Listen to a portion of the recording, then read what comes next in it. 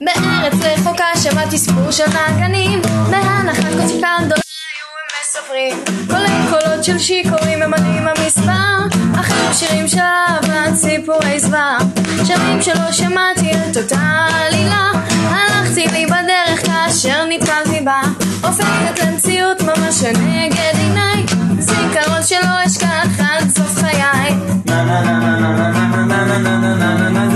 על חד קרן ומדוזות מסביב, עם לסו וגם חרב את אלפרד הוא מקריב.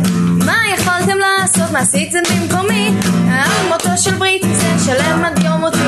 מאז לא הייתי שוב אותו הדבר, משימה אחת בלב אני נושא את זה מכבר. סיפור זה ימשיך לנצח להיות מסופר, בלבכם הוא יתנגן כמלפפון משומר. בטמן מה עשית? יתומים אלו הגבול, אז מה עם דדי אישיוז אליהן אתה כבול? הרם ראשך מכוסה והבט אליי, אתה לא הורג אף פעם, מסתבר שזה לא תנאי. על חד קרן ומדוזות מסביב, עם לסו וגם חרב ותפרד הוא מקריב.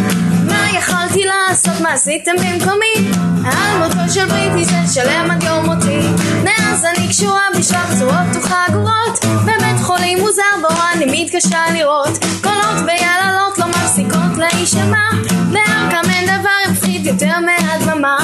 פלשבקים שקרבות רחוב לפעמים אליי חוזרים, ולטק שחום כפיים נקישות של עקבים, קולות בראש לי מזמרים שיר ישן נושן, רק קצב קורות אצל נקניק מעושן.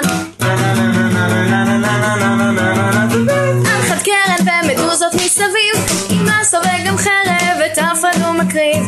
מה יכולתי לעשות? מה עשיתם במקומי? על מותו של בריטי זה שלם עד יום מותי.